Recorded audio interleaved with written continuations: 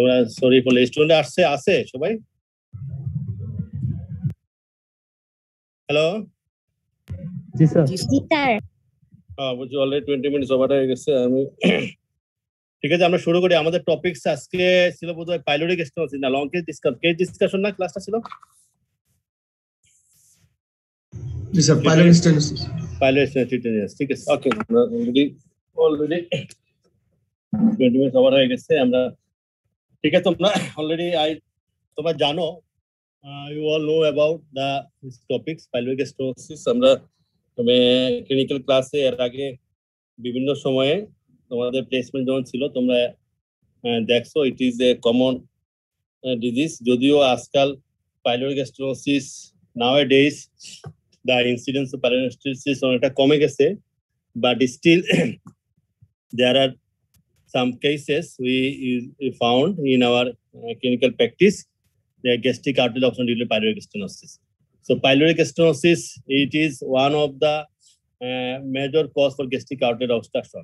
Previously, about about 20 years back, it was the number one cause of gastric artery obstruction. But nowadays, due to development of good anti-ulcer drug and awareness of the people, pyloric stenosis, the incidence is reducing.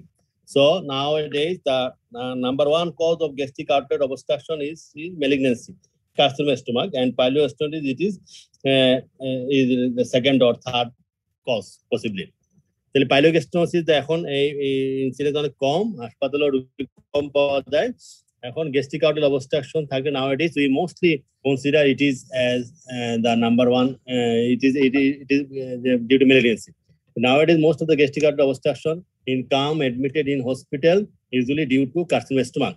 Even though there is so many patients, still we found patients with benign cause with pyloric stenosis. So pyloric stenosis যদি আমরা চিন্তা করি এটা theoretically it is a misnomer তোমরা জানো because pyloric stenosis usually it is a sequelae of chronic duodenal ulcer disease. Chronic duodenal ulcer disease usually there will be repeated fibrosis and narrowing of the first part of the duodenum due to presence of chronic duodenal ulcer. It is not in the pylorus of the stomach.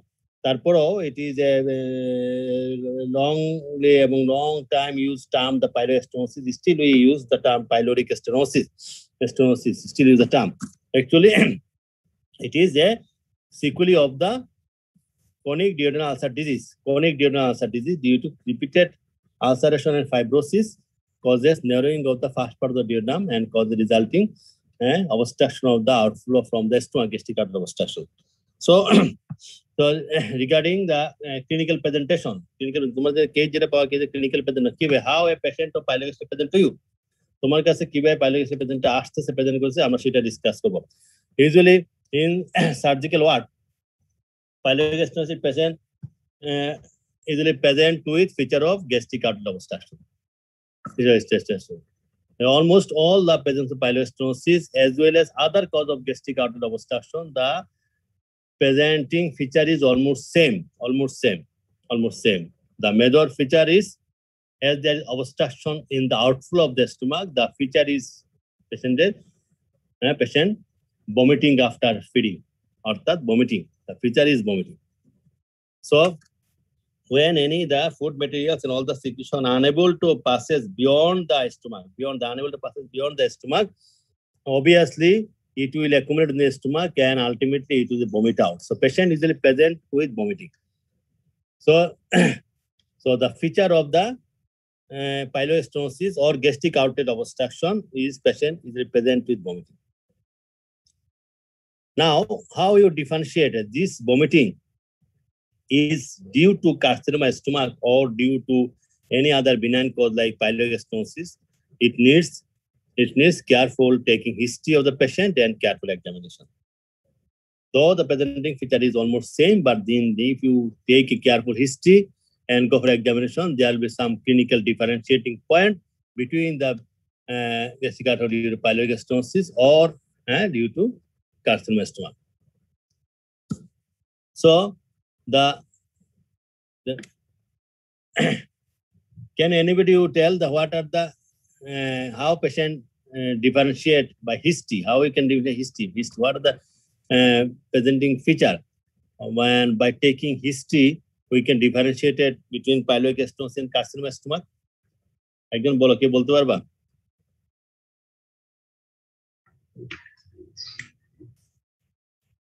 Anybody of you? Sir, vomiting দ্বারা differentiate করতে পারি। Vomiting দুই ক্ষেত্রে, in both cases there is vomiting. In carcinoma stomach, gastric outlet obstruction due to carcinoma stomach and gastric outlet obstruction due to pyloric stenosis. In both cases, the patient present is vomiting. And how you take a careful history and differentiate that it is a benign pyloric stenosis or it is a malignant? Sir একটা পেশেন্টের significant wait লসের history থাকবে sir carcinoma of স্টমাকের ক্ষেত্রে। স্টমাকে একটা significant weight loss history থাকতে পারে, carcinoma স্টমাকের সাথে হেমোপ্টাইসিস থাকতে পারে। ওকে, আর তার lymph node palpable projectile vomitus. Lymph node palpable examination point. Clinical stage বলতে প্রজেক্টাইল ভমিটিং, প্রজেক্টাইল দুই ক্ষেত্রে থাকতে পারে projectile. Any other points? Sir pain, patient একটা স্যার মানে একটা লাম্প স্যার ইয়েতে স্যার অ্যাবডোমেনের লাম্প পেশেন্ট প্রেজেন্ট করতে পারে, এক্সামিনেশন পাইতে পারি। ঠিক আছে, আর any points? Sir haematemesis. Haematemesis বলছে একজন, হেমাটাইটিস অলরেডি। আমি হিস্ট্রি বলছি, হিস্ট্রিতে আর কি পয়েন্ট একটা আসলো? যদিও দুইটাই বহুত যদি আজকাল কার্সিনোমা স্টমাক ইয়াং এজ হয়, সুতরাং স্টমাক কার্সিনোমা ওল্ড এজ হবে, নট নেসেসারি। স্যার ড্রাগ হিস্ট্রিতে অ্যান্টি আলসারেন্টের হিস্ট্রি থাকবে। আর কি হিস্ট্রি থাকবে? অ্যানোরেক্সিয়া থাকবে। ওয়ান ইম্পর্টেন্ট পয়েন্ট আমরা মিস, আচ্ছা আমরা একটা ইম্পর্টেন্ট পয়েন্ট মিস করতেছি এখানে। যদি একটা পেশেন্টের পাইলোরিক স্টেনোসিস হয়, patient should be suffering from long standing disease of duodenal ulcer.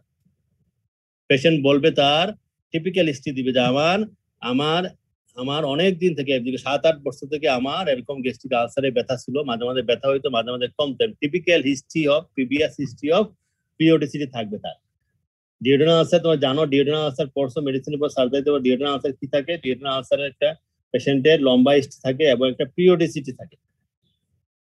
এটা পড়ছো না তোমার থিওরিতে? তাইলে একটা পেশেন্টের যদি তার 5-7 বছরের পুরনো ডিওডেনাল আলসার ডিজিজ না থাকে, তার ক্ষেত্রে সেই আলসার থেকে পাইলোরিক স্টেনোসিস হওয়াটা ভেরি আনলাইকলি। সুতরাং দেয়ার পেশেন্ট ইউজুয়ালি ফার্স্ট হচ্ছে patient usually gives a previous long history of peptic ulcer disease. এটা প্রথম 1 নম্বর হিস্ট্রি থাকবে।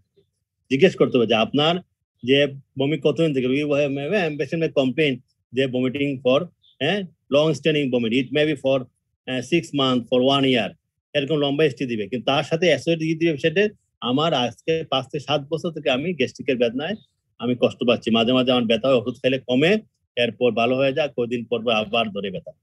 এই একটা হিস্ট্রিতে আমরা ডিপেন্ডেন্স যে আপনার আগে থেকে কোনো ডোজ পেশেন্ট আছে usually present with carcinoma stomach, বলে না আমার কোনোদিনও কোনো গ্যাস্ট্রিকের ব্যথা ছিল না, কোনোদিন গ্যাস্ট্রিক ব্যথা ছিল না, কিন্তু গত 1 মাস থেকে হঠাৎ করে আমার একটু খাবার রুচি কমে গেছে, মাঝে মাঝে পেটে ভিতরে খাইলে আমার একটু অন্যরকম লাগতো, পেট বড় বড় লাগতো, এখন গত 15 দিন বা 1 মাসে ভমিটিং শুরু হয়েছে। Very short history. তাহলে প্রথমে হচ্ছে in pyloric stenosis history, long history দিবে পেশেন্টের, long history of vomiting history থাকবে, লং হিস্ট্রি, ইউজুয়ালি 6 মান্থ 1 ইয়ার হিস্ট্রি লং ভমিটিং।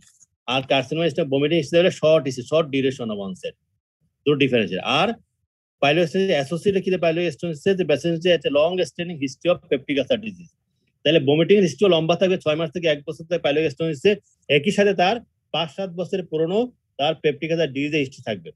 তাহলে এটা প্রথমে হিস্ট্রিতেই আমরা প্রথমে ডিফারেন্সিয়েট করতে পারি পেশেন্টকে হিস্ট্রি নিলেই, যে আপনার সমস্যা কতদিন থেকে, ভমিটিং কতদিন থেকে। ভমিটিং সে বলবে আমার এটা অনেকদিন থেকে, প্রায় 5-6 মাস থেকে আমার ভমিটিং হচ্ছে।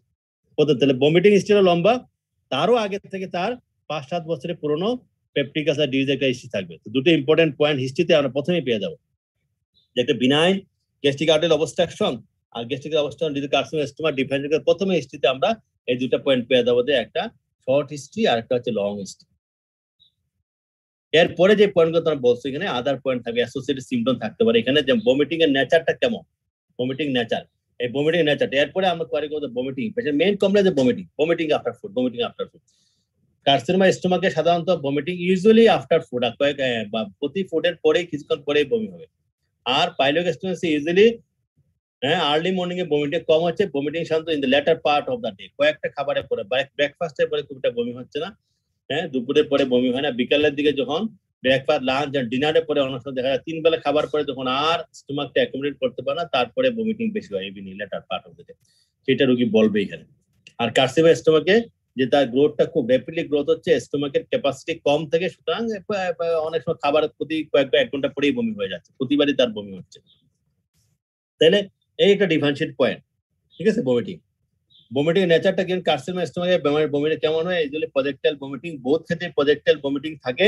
এইখানে in case of gastric ulcer due to pyloric stenosis, sometimes there may be induced vomiting. এটা ডিফারেন্সিয়েট করতে পারে কেউ যে প্রজেক্টাইল ভমিটিং কেমন আর ইনডিউস ভমিটিং কেমন? ইনডিউস ভমিটিংটা হচ্ছে পেশেন্ট স্যার তার রিলিভের জন্য স্যার কোনোভাবে কোনো মানে ম্যানিপুলেশন করার মাধ্যমে ম্যানিপুলেশন করে তার ডিসকমফর্ট রিলিভ হওয়ার জন্য সে অনেক সময় তার ম্যানিপুলেট করে অর্থাৎ ভমিটিং স্টিমুলেট করবে, সে গলায় হাত দিয়ে মুখে হাত দিয়ে তার বমি স্টিমুলেট করে বমি করার চেষ্টা করবে, ইনডিউস ভমিটিং। আর কার্সিনোমা স্টোমাকে ইজিলি প্রজেক্টাইল ভমিটিং। কেন হচ্ছে এখানে ইনডিউস ভমিটিং, কেন এখানে প্রজেক্টাইল ভমিটিং কেন হয়?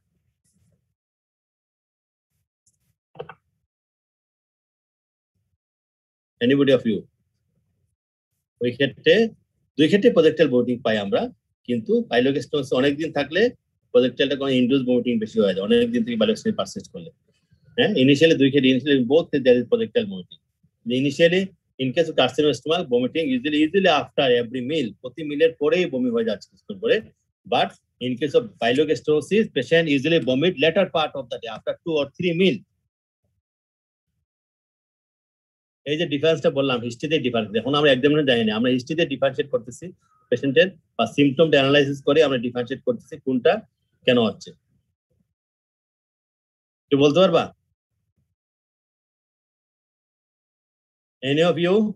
স্যার মানে বমি করলে স্যার আসলে পেইনটা কমে যায় সেই জন্য স্যার। ঠিক আছে, সেটা তো সেই জন্য ইনডিউস ভমিটিং, সেটা বমি করতেছে এখানে। কিন্তু বলে যে কার্সিনোমা স্টোমাকে বললাম তার প্রজেক্টাইল ভমিটিং হচ্ছে, তাই না? এবং ইউজুয়ালি প্রতি খাবারে পরেই বমিট হচ্ছে। এটা কেন হচ্ছে?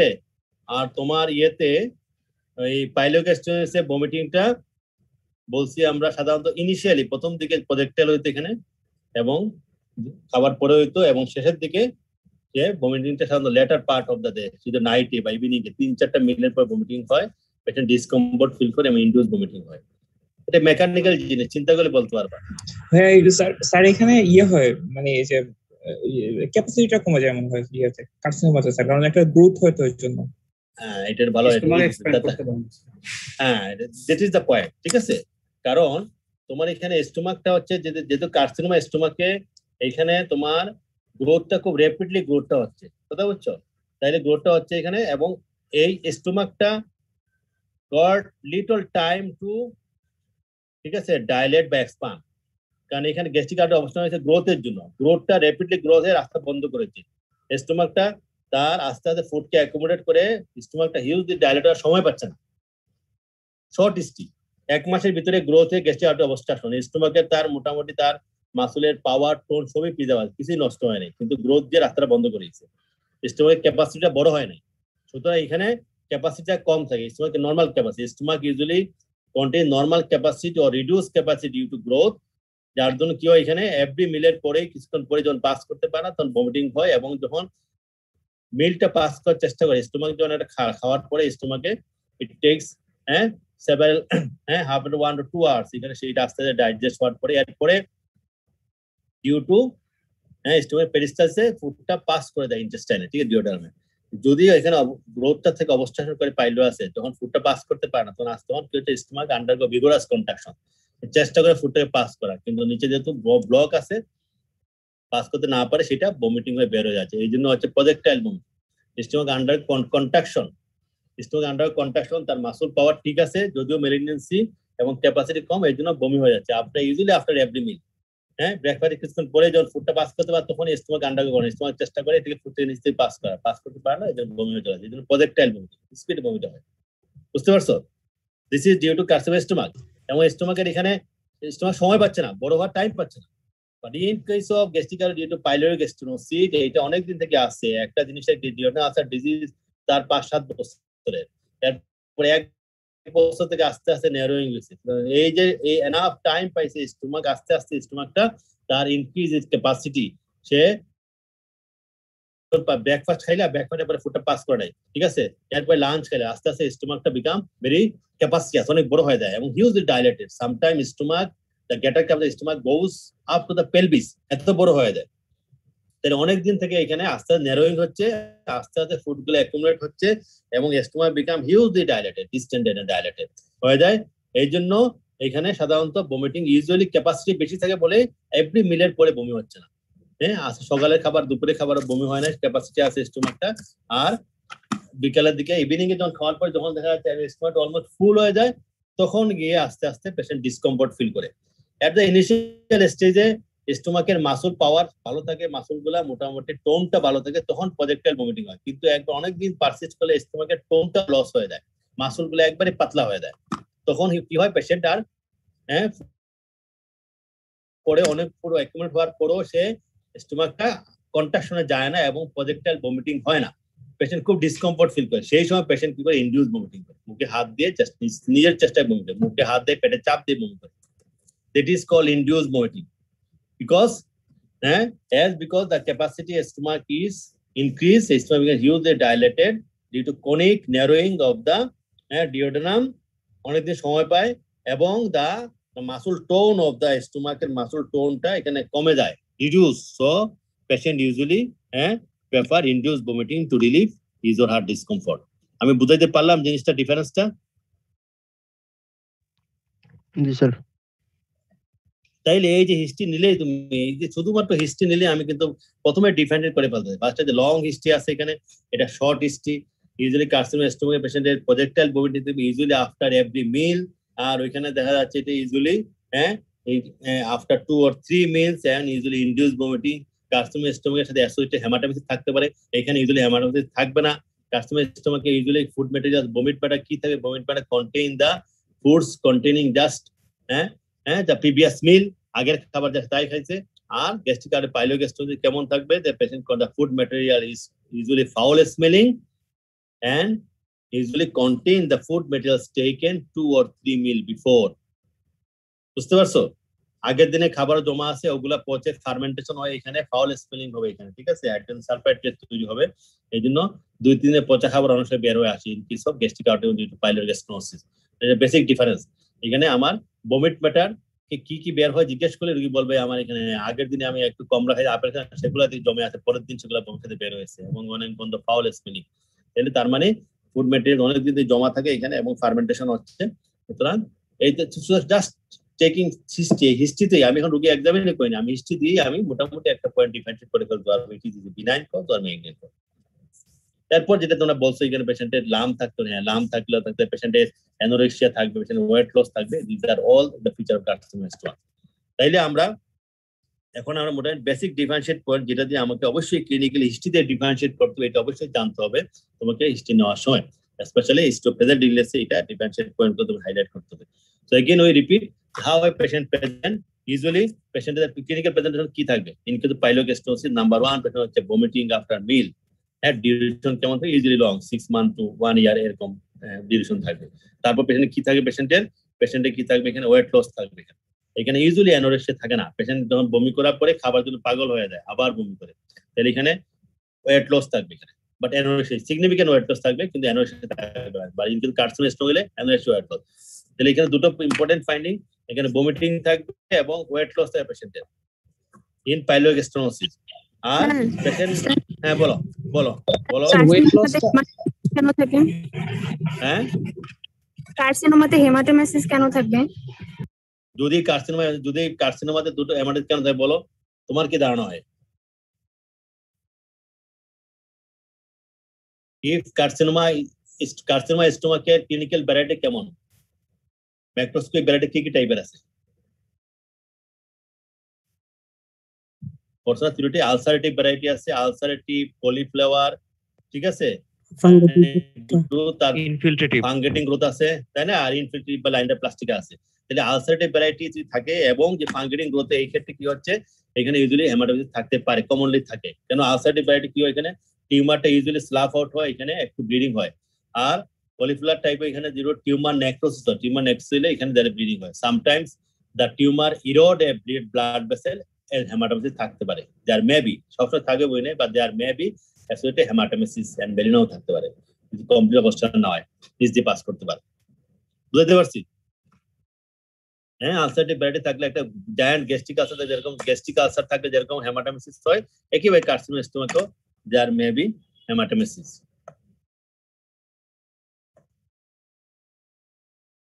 তাহলে শোনা যাচ্ছে কথা শোনা যাচ্ছে আমার জি স্যার আচ্ছা তাহলে আমরা এখানে presentation feature usually vomiting and weight loss দুটো দা মেজর প্রেজেন্টিং ফিচার বা ক্লিনিক্যাল ফিচার প্রেজেন্টিং কমপ্লেইন তবে ইন কেস অফ পাইলোগেস্টোসিস বা ইনকোর কার্সিনোমা স্টোমাকে কি থাকতে পারে একইভাবে থাকে ভমিটিং থাকে এখানে ওখানে অ্যানোরেক্সিয়া ওয়েট লস থাকে এবং হ্যাঁ ফিলিং অফ এ লাম্প ওইখানে একটা অ্যাডিশনাল পয়েন্ট থাকে কার্সিনোমা স্টোমাকে পেশেন্টের সাধারণত লাম্প ফিল করতে feeling of lump in the হ্যাঁ স্যার অ্যানোরেক্সিয়া স্যার থাকবে স্যার কারণ পেশেন্ট তো স্যার বারবার খাইতে যাবে কার্সিনোমাতে অ্যানোরেক্সিয়া দেয় কার্সিনোমা স্টোমাকে অ্যানোরেক্সিয়া দেয় পেশেন্টের প্রফাউন্ড অ্যানোরেক্সিয়া পেশেন্ট খাওয়ার কোনো ইচ্ছাই থাকে না বুঝতে পারছো the most important points of carcinoma anorexia তার ভমিটিং নাও থাকতে পারে তার লাম্প নাও থাকতে পারে কিন্তু most of the carcinoma patient usually present with anorexia এটা খাওয়ার খাইতে চায় না পেশেন্ট না পারতে খায় তার কার্বন বুঝতে অ্যানোরেক্সিয়া ইজ মোস্ট ইম্পর্টেন্ট মেলিগনেন্সিতে most important point specially colorectal cancer এবং কার্সিনোমা স্টোমা এই দুটো মেলিগনেন্সিতে anorexia is very important finding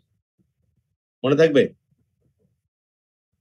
G sir vomiting হওয়ার পরেও পেশেন্ট একমাত্র যখন একবার পেশেন্টের প্রচন্ড যখন তার একটু উইক লাগে একটা ক্ষুধা লাগে তখন মানে টায়ার্ড তখন খায় কিন্তু মুখে তার ডিস্ট্রেস থাকবে তার মনে হবে চেষ্টা করে খাওয়ার জন্য কিন্তু মোটেই মজা লাগবে না কথা বুঝছো হাঙ্গার আর অ্যানোরেক্সিয়া একই জিনিস না দুটা জিনিস তোমার গুলাই ফেলতেছে এখানে বারবার খাইতেছে হাঙ্গার মানে কি what is hunger and anorexia difference কি কোশ্চেনটা বুঝতে পারছেন স্যার আর হলো ওটা না খাওয়ার ইচ্ছা স্যার হাঙ্গার হচ্ছে তোমার ঠিক আছে তার খিদে লাগতেছে পেশেন্টের ঠিক আছে পেশেন্ট ফিল হাঙ্গার ঠিক আছে ক্ষুধা আর অ্যানোরেক্সিয়া কি স্যার লস অফ অ্যাপেটাইট আর কি স্যার লস অফ অ্যাপেটাইট তার খিদে আছে মজা পাচ্ছে না দুটো কি এক জিনিস হইলো না স্যার তাই না দাদা এটাই তুমি যে কোশ্চেনটা করছো তুমি একটু কনফিউজ করে বলছো তুমি যে বমি হওয়ার পরে তার পেটে খিদে লাগতে পারে হ্যাঁ খিদে লাগতে পারে কিন্তু তার মুখে দেখে মজা পাচ্ছে না তার কিছু খিদে আছে কিন্তু খাইতে পারছে কি বলে আপনার খিদে আছে হ্যাঁ যখন বমি করবে এটা খিদে লাগে কিন্তু কিছুই মজা লাগে না আমার খাইতে কথা বলছো এটা typical presentation but anorexia is very important points in malignancy ঠিক আছে তাহলে আমরা আবার ব্যাক করি চিফ কমপ্লেইন বলছি আমরা ভমিটিং থাকবে পেশেন্টের ওয়েট লস থাকবে এখন হিস্টোপ্যাথোলজিস কি ইজ এ প্যাথোলজি এইবার ডিফাইন্ড বাই ভমিটিং হ্যাঁ পেশেন্ট স্টেটেড হি ওয়াজ ইনিশিয়ালি ঠিক আছে হ্যাঁ alright about 6 months or 1 year back then he complained of vomiting এই ভমিটিং বলে ভমিটিংটা ডেসক্রাইব করতে হবে ঠিক আছে ইউজুয়ালি ভমিটিং কেমন usually after taking meal usually after 2 meal vomiting কখন থাকে usually later part of the day কেমন nature projectile initially but for the last 1 month patient also experience induce vomiting এটা বলতে হবে ভমিট ম্যাটার কি থাকে vomit matter contain undigested food material usually taken 2 or 3 meals before sometimes it is very much foul smelling vomiting and patient feel comfort after vomiting বলতে হবে হ্যাঁ usually there is no associated hematemesis or melena negative point নিয়ে আসলাম এখানে তাহলে এই vomiting বলে এই পেশেন্টের সাথে পেশেন্ট ঠিক আছে বলে পেশেন্ট এখানে সেই ভমিটিং দিয়ে তুমি ডিফারেন্সিয়েট করতে ফেলতে হবে it is stomach carcinoma stomach or পাইলোগেস্টোসিস patient also state that she has a long history of peptic ulcer disease for last 7 years এটা এখানে লাগাই দিবা এর সাথে এটা একটা ইম্পর্টেন্ট পয়েন্ট এর সাথে রিলেটেড যদিও ভমিটিং দিয়ে শুরু হয়েছে এখানে তার সিম্পটমটা কিন্তু তার সাথে related long history of peptic ulcer disease last 7 years এটা এখানে প্রেজেন্টেন্সি তোমরা অ্যাড করে দিবা কিন্তু ফার্স্ট প্যারাগ্রাফ অফ দ্য প্রেজেন্টেন্স হচ্ছে 11 অফ প্রেজেন্টিং কমপ্লেইন এরপর come to weight loss patient also experience weight loss for last 6 months এবং he lost about 25% of his or her weight বুঝতে পারছো তাহলে সিগনিফিকেন্ট ওয়েট লস আছে 6 মাসে বললে এখানে বুঝতে পারছো তাইলে এখানে এগুলো আমি চিফ কমপ্লেইন প্রথমেই আমি বলছিলাম আরেকদিন ক্লাসে বলছিলাম যে প্রথমে হচ্ছে ইলিভেশন প্রেজেন্টিং কমপ্লেইন ইলিভেট করলাম তারপর যে important point positive negative related to the system the গ্যাস্ট্রোইনাল system negative point কি আছে no হিস্টোহেমাটোমেসিস মেইনা patient is no there is no histohematoma মেইনা ঠিক আছে patient patient not lost his appetite loss হয় না ঠিক আছে তার bowel habit is normal or the patient develop constipation বুঝতে পারছো তাহলে স্যার বলতে হবে। এরপর থার্ড পয়েন্ট বলছি পেশেন্টের, হ্যাঁ বলো শুনে। পেশেন্টের কনস্টিপেশন, হ্যাঁ ইউজুয়ালি এইসব পেশেন্টের কনস্টিপেশন থাকে, এইসব পেশেন্টের ইউজুয়ালি খাইতে পারে কনস্টিপেশন থাকে, ইউজুয়ালি কনস্টিপেশন থাকে পেশেন্টের। তাইলে পেশেন্টের এখানে থার্ড পয়েন্ট বলছি আমরা হচ্ছে যে যদি মেলিগনেন্সি হয় অথবা আদার ফিচারগুলো এখানে এক্সক্লুড করতে হবে। এখানে তুমি এখানে বলছো পেশেন্ট ওয়েট লস আছে, পেশেন্টের ওয়েট লস ডেসক্রাইব করছি, বাট পেশেন্টের কোনো অ্যানোরেক্সিয়া নাই এটা বলতে হবে এখানে। পেশেন্টের কোনো জন্ডিস নাই, চেস্ট পেন নাই, কাফ নাই, হেমোপ্টাইটিস নাই, বোন পেন নাই, হেডেক, ডিজিনেস, স্ট্রোক, ফিট নাই, ঠিক আছে? তাহলে কোনো মেটাস্টিক ফিচার নাই, এইটা এখানে বলতে হবে এখানে, কারণ আমি এখনো কনফার্ম না এটি মেলিগনেন্সি অথবা বিনাইন ডিজিজ। তাহলে এখানে মেটাস্টিসের ফিচারগুলো এখানে এক্সক্লুড করতে হবে। কমনলি পেশেন্টের জন্ডিস থাকবে অথবা lungs metastasis, cough, chest pain, haemoptysis, brain metastasis, headache, dizziness, stroke, fit আর বোন পেন। এই চারটা পয়েন্ট আগেও বলছিলাম তোমাদেরকে, যে কোনো পেশেন্টের মেলিগনেন্সি এক্সক্লুড করতে হলে এগুলো বলতে হবে, আছে কি নাই জিজ্ঞেস করতে হবে। আর লাস্টে হচ্ছে সিস্টেমিক কোয়ারি, 4 নম্বর পয়েন্টে পেশেন্টের not diabetic and normotensive and he is not suffering any other systemic illness, এটা বলে দিতে হবে এখানে। হিস্টোপ্রেজেন্স এই পয়েন্টগুলো তোমাকে হাইলাইট করতে হবে। This are the points of the হিস্টোপ্রেজেন্স, তোমাকে এলিভেট করে সুন্দর করে বলতে হবে এখানে। ঠিক আছে, দুটো ক্লিয়ার কিনা, বুঝতে পারছি? জি স্যার। আচ্ছা, এখন তুমি আদার হিস্ট্রি নেবা। এখানে পেপটিক ডিজিজ থাকে, এখানে অনেক পেশেন্ট পেপটিক ডিজিজ থাকে, অনেক পেশেন্ট আগের সার্জারি থাকে, সেটা পাস্ট টেন্স যদি হয় সিগনিফিক্যান্ট পাস্ট টেন্স থেকে পাস্ট টেন্সে বলবা। আদারওয়াইজ আদার হিস্ট্রি নেওয়ার পরে তোমরা চলে যাবো জেনারেল এক্সামিনেশন। জেনারেল এক্সামিনেশনে সবচেয়ে ইম্পর্টেন্ট পয়েন্ট এইসব পেশেন্টে কি দেখতে হবে। A patient of pyloric stenosis, patient vomiting নিয়ে আসে, what are the points you look for in general examination? কি কি পয়েন্ট দেখবে? আলসারের হিস্ট্রিটা কোথায় লিখবো বলছেন? যদি বলো আলসার হিস্ট্রি থাকে তোমাকে একবার অ্যাক্টিভ যদি থাকে তাহলে প্রেজেন্ট লেসে লিখে দাও, প্রেজেন্ট লেসে, পাস্টে লিখতে হবে না। আর যদি দেখা যায় না প্রেজেন্ট লেসে, তার এখানে ভমিটিং 1 বছর থেকে আছে, আগে 10 বছর আগে আছে, সেটা পাস্টে আনবা পেশেন্ট হ্যাভ, কিন্তু কন্টিনিউশন যদি থাকে একসাথে আনবা এখানে present. First is the patient have history of peptic disease 10 years back and it was seen and patient it was treated by medical therapy.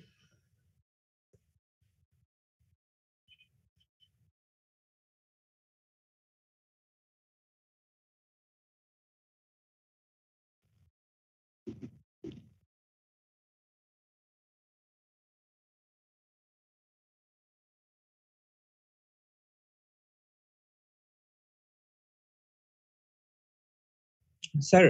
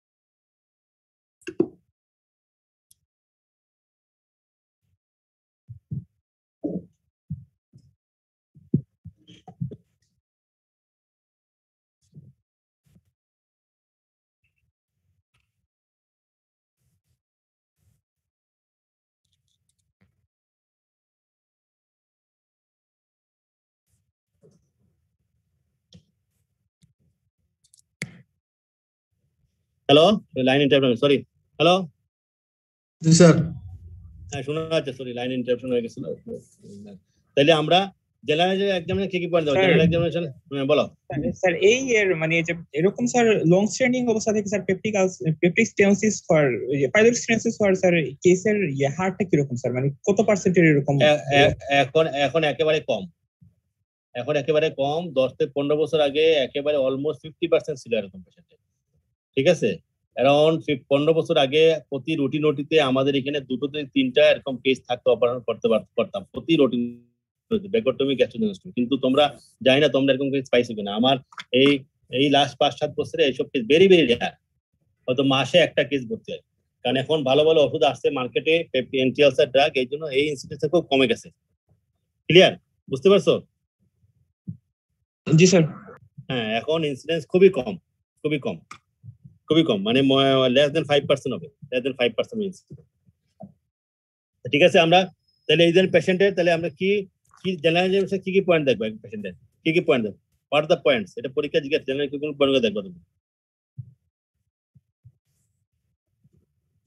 Sir nutritional status দেখবো ভেরি ইম্পর্টেন্ট স্যার হ্যাঁ appearance, body build, আর তুমি তো weight loss বলছো তাই না nutritional status দেখবা weight loss বলছো তার নিউট্রিশনাল স্ট্যাটাস অবশ্যই দেখবা আর কি স্যার ডিহাইড্রেটেড নাকি dehydration very lymph node. important very important point dehydration very important point anemia তাহলে এখানে তোমাকে এই পয়েন্টগুলো বিশেষ করে এখানে তিনটা point very important patient nutritional status পেশেন্টের অ্যানিমিয়া ডিহাইড্রেশন জন্ডিস দেখতে হবে এখানে কথা বুঝছো পেশেন্টের ডিহাইড্রেশন দেখতে হবে এটা পরীক্ষা দেখা ডিহাইড্রেশন বলতে হবে এখানে ডিহাইড্রেশন কিভাবে বোঝা ডিহাইড্রেশন ডিহাইড্রেট কিনা জানা তুমি বুঝবা কিভাবে ডিহাইড্রেট কিনা আমি আগেও বলছি ক্লাসে স্কিন পিঞ্চিং স্কিন পিঞ্চ করে স্কিন পিঞ্চ করে এবং আক্স এবং ইউরিন আউটপুট টাং দিয়ে হবে না গতি না বলছি তোমাদের ডিহাইড্রেশন কোনিক ডিহাইড্রেশন টাং দিয়ে কিছু আসবে না ইউরিন আউটপুট স্যার গতকাল বলছি না কোনিক ডিহাইড্রেশনে কখনো টাং দেখি না তাই না কারণ সেলাইভারি গ্ল্যান্ডটা অলরেডি অ্যাডাপ্ট করে যায় প্রচুর সেলিব্রেশন হয় সুতরাং এখানে টাং ডিহাইড্রেট থাকে না তাহলে এখানে স্কিন পিঞ্চ স্টেট আর হচ্ছে অ্যাবাউট আক্স অ্যাবাউট ইউরিন আউটপুট যদি বলতে না বলে ক্যাথেটার দিয়ে 1 ঘন্টা ইউরিন ম্যাপে তারপর বলতে ডিহাইড্রেশন বুঝতে পারছো নরমাল ইউরিন আউটপুট কত স্যার 500 টু স্যার 1.5 লিটার এটা বাচ্চা 10 বছর বাচ্চা তার কি 1.5 লিটার হবে না এইভাবে তো হিসাব করে পার কেজি বডি তাইলে হচ্ছে নরমাল হচ্ছে 1 ml per KG per hour 1 ml per KG per hour মনে থাকবে 1 ml per 1 KG per 1 hour তিনটা 1 মনে থাকবে তো এটা জি sir normal urine output any person any normal এটা বাচ্চা হোক আর বুড়া হোক আর যাই হোক বডি ওয়েট দে কত 1 তিনটা 1 মানে কি 1 ml বলে একজনে পার KG 1 ml per 1 KG per hour হ্যাঁ ওই তো 1 ml per KG per hour মনে থাকবে জি স্যার এটা পরীক্ষাতে হরদম জিজ্ঞেস করে নরমাল ইউরিন আউটপুট কত একটা পার্সনের 1 ml per KG per hour এটা নরমাল এর যদি অর্ধেক হয়ে যায় তখন অলিগুরিয়া বলি আমরা যদি ইট ইজ অ্যাকসেপ্টেড কত অলিগুরিয়া যে এর অর্ধেকের কম হয় যদি 0.5 ml হয় পার কেজি পার আওয়ার তখন আমরা বলি পেশেন্ট ইউরিন আউটপুট কমছে বাট অলিগুরিয়া না যদি 0.5 ml কমে যায় পার কেজি পার আওয়ার তাইলে বলে অলিগুরিয়া মনে করে একটা পেশেন্ট 60 কেজি ওয়েট একটা রোগী পড়ছে ওয়েট 60 কেজি পাইলা তার ইউরিন আউটপুট কতটুকু দরকার তোমার নরমাল হলে 60 ml per hour 60 ml per hour তাই এটা বেসিক হিসাব তাই না পেশেন্ট চট করে ক্যাথেটার করে যা ব্লাড ইউরিন সব ইউরিন গুলো ক্যাথেটার খালি করে দাও খালি করে দিয়ে আমরা ক্যাথেটার রাখবো বলে 1 ঘন্টা পরে দেখলাম কতটুকু জমা হয়েছে এখানে যদি 60 ml আসে তার এডুকেট ইউরিন আউটপুট যদি তার 30 ml আসে 0.5 ml তাও বললাম ঠিক আছে কমছে বাট ইউরিন আউটপুট ডিক্রিজ কিন্তু অলিগুরিয়া না যদি তার 20 ml হয় তাহলে পেশেন্টের অলিগুরিয়া ক্লিয়ার স্যার তাহলে এটা পরীক্ষা জিজ্ঞেস করে এটা অবশ্যই তোমার মাথায় রাখতে 1 ml পার কেজি পার নরমাল আউটপুট যদি এর চেয়ে কমে যায় আমরা তাকে পেশেন্টের এর হাফ হয়ে গেলে আমরা এর হাফ হয়ে অ্যাকসেপ্টেবল এর চেয়ে কমে গেলে আমরা অলিগুরিয়া বলবো তো এটা ইউরিন আউটপুট দেখতে হবে তাহলে আমরা পেশেন্টের এই দেখলাম তার জেনারেল এক্সামিনেশনে এই পয়েন্টগুলো দেখলাম এখানে অবশ্যই আমরা দেখবো এখানে nutritional status anaemia dehydration jaundice এবং অ্যাক্সেসিবল লিম্ফ নোড পালপুল কোন অ্যাসপারেটিস সুপারগ্লোবাল লিম্ফ নোড কারণ আমাকে মেলিনেসি এক্সক্লুড করতে হবে ঠিক আছে বাকি পয়েন্টগুলো অবশ্যই দেখবো এখানে এবং অ্যাবডোমিনাল এক্সামিনেশন পেটে কি দেখবো what are the points we look abdominal examination সবগুলোই করবা inspection palpation percussion auscultation and DRE abdominal এক্সামিনেশনে যে কোনো অ্যাবডোমিনাল কেস 5টা জিনিস করতে হবে inspection palpation percussion auscultation and DRE মনে থাকবে জি স্যার এখানে ইন্সপেকশনে কি ইম্পর্টেন্ট পয়েন্ট দেখবো ইন্টারগ্যাস্ট্রিক আর্টারি ডিউ টু পাইলোগাস্ট্রোসিস অর কার্সিনোস্টোমা কি দেখবে বলো তো shape of the abdomen flank visible peristalsis কোনো কিছু আছে কিনা তারপর স্যার ভিজিবল পালসেশন তাহলে অনেকগুলো আমরা নরমাল যেগুলো দেখি পেশেন্টের অ্যাবডোমিনাল শেপ দেখি আমরা যদি পজিশন থেকে ফ্ল্যাঙ্কটা ফুল কিনা দেখি ঠিক আছে অবলা স্কিন কন্ডিশন দিয়ে কোনো অ্যাঙ্গর ভেসেল আছে কিনা ঠিক আছে কোনো স্কার মার্ক আছে কিনা just first at a glance দেখে নিলাম ঠিক আছে এরপরে রেসপিরেশন অ্যাবডোমিনাল থোরাসিক না থোরাক্স অ্যাবডোমিনাল দেখার পরেই আমরা দেখব carefully we look at the different region epigastric region হোক আর অন্যান্য রিজিয়ন নটা রিজিয়ন কেয়ারফুল দেখবো যে কোনো ভিজিবল সোয়েলিং আছে না কোনো সোয়েলিং আছে একটা লাম্প যদি থাকে তাহলে পেশেন্ট দেখা যাচ্ছে ভিজিবল সোয়েলিং দেখা যাবে তাই না একটা ভিজিবল সোয়েলিং আছে কিনা অথবা or visible peristalsis any visible swelling or any visible peristalsis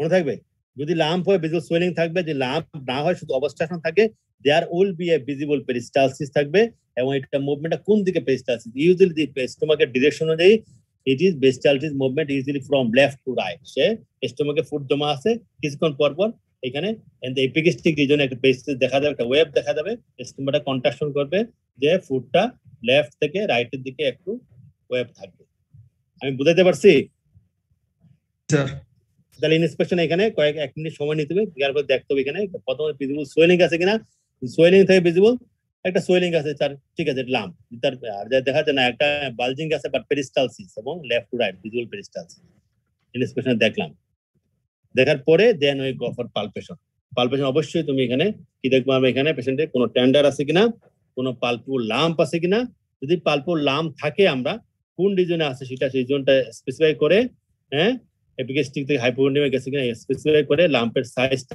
measure করতে হবে আন্দাজ করে এবং লাম্পের কনসিস্টেন্সি দেখতে হবে এবং লাম্পের মোবিলিটি দেখতে হবে কেমন ঠিক আছে সাইজটা বলতে হবে এখানে এবং এটা মুভমেন্ট করে কিনা মোবিলিটি এই লাম্প থাকে কার্সিনোমা স্টোমাকে সাধারণত লাম্প থাকলে সেই লাম্প সঙ্গে লাম্পের ডেসক্রিপশন দিতে হবে যদি লাম্প না থাকে তাহলে যে ভিজিবল সোয়েলিংটা তুমি পাইছো এখানে বা ভিজিবল পেরিস্টালসিস পাইছো তুমি দেখবা অর্গানটা কি এখানে হাত দিয়ে আবার দেখবা পালপেট করে দেখবা যেখানে কেমন কোনো গার্গলিং ফিলিং আছে যদি এখানে ফুড ম্যাটেরিয়াল থাকে পালপেট করলে মনে হবে এখানে ভিতরে একটা পানি লড়াচড়া করছে গার্গলিং ফিলিং থাকে গার্গলিং ওকে না থাকলে বলার দরকার নেই ঠিক আছে কোনো সোয়েলিং পালপুল থাকে পালপুল lump or no palpable lump or palpable something বুঝা গেছে যদি এরপরে অর্গান পালপেট করবা লিভার স্প্লিন কিডনি পালপেট করবা করার পরে যদি পেরিস্টালসিসটা দেখা না যায় আমরা অনেক সময় একটু হাত দিয়ে একটু মুভমেন্ট করে আবার দেখি পেরিস্টালসিস স্টিমুলেট করি ইলিসিয়েট করি আবার দেখার চেষ্টা করি ইন্সপেকশনে পালপেশনে আবার হাত দিয়ে একটু মুভমেন্ট করে দেখি আছে কিনা ওকে এরপরে আমি দেখবো হচ্ছে লাস্টে হচ্ছে যে মনে হচ্ছে এখানে যে স্টোমাকটা মনে হচ্ছে একটু ডাইলেটেড বা হিস্ট্রি বলছে এখানে তার ভিজুয়াল পেজটা যদি থাকে না থাকলেও আমরা একটা জিনিস করি সেটাকে বলি আমরা হোয়াট উইল ডু আমরা এই ক্ষেত্রে we go for very carefully দেখি পেশেন্ট এখানে যে একটা সাক্কাশন স্প্লাশ যদি এটা আজকাল খুব একটা রিকমেন্ড করে দেখি এখানে আমরা মনে হচ্ছে যে স্টোমাকটা তোমার যে ফুডমে জমা আছে আমরা একটা প্রসিডিওরকে সাক্কাশন স্প্লাশ কানটা just make simple shake the patient এবং কানটা কাছে নিয়ে একটু আমরা বোঝার চেষ্টা করি কোনো অডিবল গার্গলিং আছে সাক্কাশন স্প্লাশ আগে অনেক সময় এটা করতো যে অসকালটেশন করে এখানে যে একটা স্টোতো দিয়ে বসে আমরা দেখা মুভমেন্ট করার চেষ্টা করতাম যে সাক্কাশন স্প্লাশ আছে কিনা ঠিক আছে এটা এই জিনিসটা এই প্রসিডিউর সঙ্গে তোমাদের ওরিয়েন্টেশন আছে তো সাক্কাশন স্প্লাশ করছো না আগে ক্লিনিক্যাল এক্সামিনেশনে জি স্যার হ্যাঁ তাইলে এটা পালপেশনের লাস্ট পয়েন্টে পালপেট করে ফার্স্টে তো এনি লাম্প আছে কিনা লাম্প যদি পাও লাম্পটা ডিসিশন দিতে হবে দেন ইউ পালপেট করতে অল দ্য অর্গানকে পালপেট করবা অর্গান শেষ হওয়ার পরে লাস্ট পয়েন্টে তুমি দেখবা এখানে সাক্কাশন স্প্লাশ দেখবে এখানে আগে জিজ্ঞেস করতে জিজ্ঞেস করতে হবে patient have take any food or meal যে খাইছে কিনা 1 ঘন্টার ভিতরে হ্যাঁ যদি দেখেন না অনেক 2 ঘন্টা আগে খাইছে তাহলে ওকে তারপরে পজিটিভ হয় তাহলে obviously there is gastric outlet obstruction then এই পারকাশন অবশ্যই এখানে যেহেতু সবসময় আমি এখানে আমার মেলিনেন্সি আমাকে এক্সপ্লোর করতে আমি অবশ্যই এখানে পারকাস করে ভেরি কেয়ারফুলি পারকাশন তুমি দেখবা ওয়েদার ইউ অ্যাসাইটিস আছে কিনা এখানে অ্যাসাইটি পারকাশনে তোমার অনেক সময় প্রথমে তোমরা করতে যাও পেশেন্ট দেখা যাচ্ছে যে ক্লিনিকে দেখা যায় এভরি ডিস্টেন্স না তখন প্রথমে তোমার করতে তো এখানে শিফটিং ডানলেস সরি তোমার ফ্লুইড থিন প্রথমে shifting dullness first you elicit whether there is any shifting dullness presence or not যদি শিফটিং ডানলেস থাকে এবং মনে হচ্ছে ক্লিনিক্যালি খুব একটা বাল্জ আছে এখানে obvious more area of the dullness then you can elicit for fluid thin ঠিক আছে এটা জানতে হবে এখানে কিভাবে করতে হয় প্রসিডিউর দেখে নিবা প্র্যাকটিস করো প্র্যাকটিস না করলে হবে না এখানে তুমি দেখাইতে পারবে তুমি অ্যাসাইটিস যদি লেখো পরীক্ষাতে আছে কিনা এখানে খাতা সুন্দর লিখতে হবে শিফটিং ডালনেস অ্যাবসেন্ট সাথে বললেই হবে শিফটিং ডালনেস অ্যাবসেন্ট থাকলে ফ্লুইড তো প্রয়োজন নাই করার তাই না শিফটিং ডালনেস যদি না থাকে তার তাহলে আমি কিসের উপর সিল করব ফ্লুইড সিল প্রয়োজন নাই করা এবং অফকোর্স সব ক্ষেত্রে অবশ্যই তোমাকে ডিজিটাল একটা এক্সামিনেশন করতে হবে এখানে এবং লিখতে হবে এটা একটা এক্সামিনেশনে পয়েন্টগুলো তোমাকে লিখতে হবে কিভাবে করি আমরা তোমরা জানো এটা ডিজিটাল এক্সামিনেশনে এবং সুন্দর করে কি ফাইন্ডিং আমার উদ্দেশ্যটা কি করার এটা এক্সামিনেশন করে দেখতে হবে বলতে হবে লিখতে হবে ডিজিটাল এক্সামিনেশন তাহলে তোমাকে অ্যাবডোমেন পালপেশন অবশ্যই 5টা পয়েন্ট সবগুলো পয়েন্ট কভার করতে হবে এখানে ইন্সপেকশন পালপেশন অসকালটেশন ঠিক আছে, instrument palpation, percussion, auscultation and DRE complete করতে হবে। এবং এই ক্ষেত্রে যদি কোনো কিছু পাওয়া যায় তাহলে অবশ্যই যেমন কার্সিনোস্টোমি লাম্পটা সুন্দর করে ডেসক্রাইব করতে হবে। ঠিক আছে, এনি কোয়ারি এক্সামিনেশন কোনো কোয়ারি আছে তোমাদের?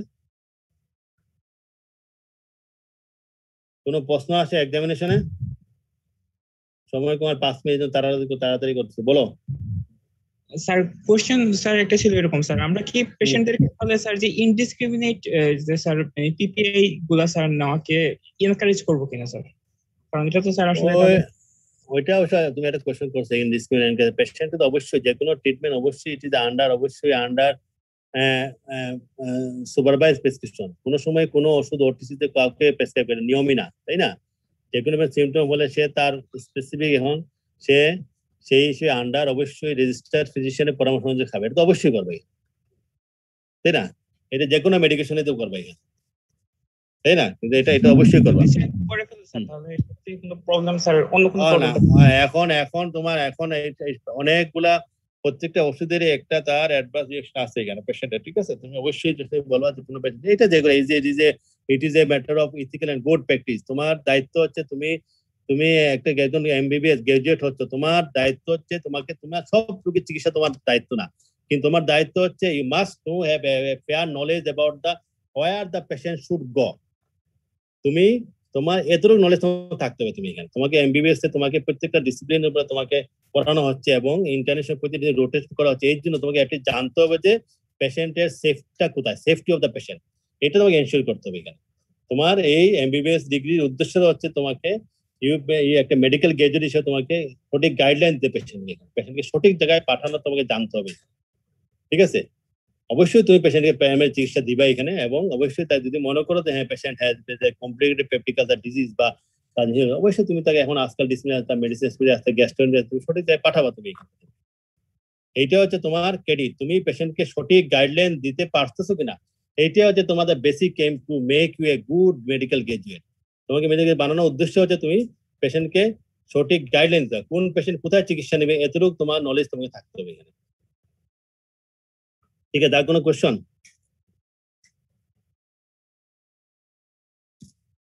আচ্ছা, আমরা কুইকলি আমাদের হ্যাঁ বলো স্যার, কনস্টিপেশন আমরা কোন ক্ষেত্রে পাই? কার্সিনোমা স্টমাক নাকি পাইলোরিক স্টেনোসিসের ক্ষেত্রে? কনস্টিপেশন দুই ক্ষেত্রে থাকতে পারে, ইন বোথ কেসে পেশেন্ট কনস্টিপেশন। কারণ একটা পেশেন্ট খাইতে পারছে না 1 বছর থেকে বমি হয়ে যায়, তার তো কনস্টিপেশন থাকবেই। পেশেন্ট ডিহাইড্রেটেড, তাই না? একটা পেশেন্ট প্রতিদিন বমি করছে, তার তো ডিহাইড্রেশন থাকবেই, তার কনস্টিপেশন তাই। কনস্টিপেশন কারণ কি? একটা হচ্ছে তোমার কনস্টিপেশন খাইতে তার ফুড কম যাচ্ছে, পেশেন্টের ফাইবার কিছুই খেতে পারতেছে, এখানে কিছু লিকুইড তো পাস করতেছে, আর কি এডিশনাল পেশেন্টের একই সাথে পেশেন্টের তার পানিটাও কম খাচ্ছে, ডিহাইড্রেট। দুটো তো মেইন কজ কনস্টিপেশনের, দুই ক্ষেত্রে থাকতে পারে কনস্টিপেশন, ঠিক আছে? কনস্টিপেশন যে প্রবলেম অফ দ্য কলন, তাই না? এখানে স্টোমাকের প্রবলেম, সুতরাং সেটা তার ফিডিং এর সাথে এবং তার ফ্লুইডের সাথে সম্পর্ক। আচ্ছা কুইক, আমাদের সময় আর বেশি না, 1 মিনিট মানে 2 মিনিট সময় আছে, আমরা চট করে একটু বলি কি ইনভেস্টিগেশন করবে এই পেশেন্টের। What are the investigation you will suggest for this patient? এই জন্য পেশেন্ট আসছে ক্লিনিক্যালি, মোটামুটি তুমি কনফার্ম তার একটা গ্যাস্ট্রিক অবস্ট্রাকশন আছে, মোটামুটি তুমি তার হিস্ট্রি নিয়ে এক্সামিন করে একটা গাইডলাইন পৌঁছলা। It may be obviously mostly in favour of পাইলোগ্যাস্ট্রোসিস, but unless you go for investigation properly, you cannot exclude any other cause. এটা করতে হবে তোমাকে, কারণ আজকাল প্রেগন্যান্সি ইনসিডেন্স বেশি। তাহলে কি what are the investigation you go for this patient? একজন বলো, কুইক বলো, এগুলো সব ক্লাসে পড়ানো হয়েছে তোমাদের। স্যার এন্ডোস্কোপিক ওসিজি, এন্ডোস্কোপিক ওসিজি, ঠিক আছে। বলো আর স্টেজিং এন্ড ফর স্টেজিং তো পরে জিআই ফিটার। আমরা আসলে এখানে হ্যাঁ বলো, যদি আমি সুন্দর করে ভাগ করে বলি, আমি গত ক্লাসে বলছি তাই না, লং কিসে এখানে ফার্স্ট হচ্ছে টু কনফার্ম বা এস্টাবলিশ ডায়াগনোসিস। তোমার ডায়াগনোসিসটা প্রথম কাজ আমরা এস্টাবলিশ করা, ঠিক আছে? নাম্বার 2 হচ্ছে টু অ্যাসেস পেশেন্ট কন্ডিশন, ঠিক আছে? এরপর হচ্ছে ফর আদার ইনভেস্টিগেশন ফর পেশেন্টের আমরা ফিটনেস। তাহলে প্রথমে যদি আমি বলি টু কনফার্ম ডায়াগনোসিস, প্রথমে আমি ডায়াগনোস কনফার্ম করার জন্য প্রথমে আমি করতে আসি, যেহেতু পেশেন্ট ভর্তি হয়েছে ভমিটিং আসছে, এখানে আমি করতে পারি ওজিডি, হ্যাঁ, রেডিওস্কোপি। এটা মোটামুটি একটা আমাকে গাইডলাইন দিয়ে দিবে, এটা বিনাইন কন্ডিশন মেইনটেন্স, যদি মেইনটেন্সের সাথে বায়োপসি নিব, দেন অন্য লাইন তখন কার্সিনোমা স্টোমাক করতে গেলে চলে যাবে আলাদা। আর if it is benign disease বলে এখানে, তাহলে আমার এন্ডোস্কোপি করেই আমি মোটামুটি একটা গাইডলাইন পাওয়া যাবে। এখানে বলবে যে stomach is use the dilated, বলবে এখানে স্টোমাকের ওয়ালটা বলে কন্টেইন আনডিজেস্টেড ফুড ম্যাটেরিয়ালস, কমেন্ট করবে এখানে কোনো গ্রোথ নাই, এন্ড ন্যারোইং বলবে, তাই না, যে বলতে ফার্স্ট পার্ট ডিনা very narrowing, scope cannot be pass beyond, এরকম একটা কমেন্ট রিপোর্ট আসবে এখানে। তাইলে আমি এন্ডোস্কোপি যেটা বলি বা ওজিডি করে আমার মোটামুটি ইনফরমেশন পেয়ে যাবো এটা কোনো মেইনলিসে আছে কি নাই।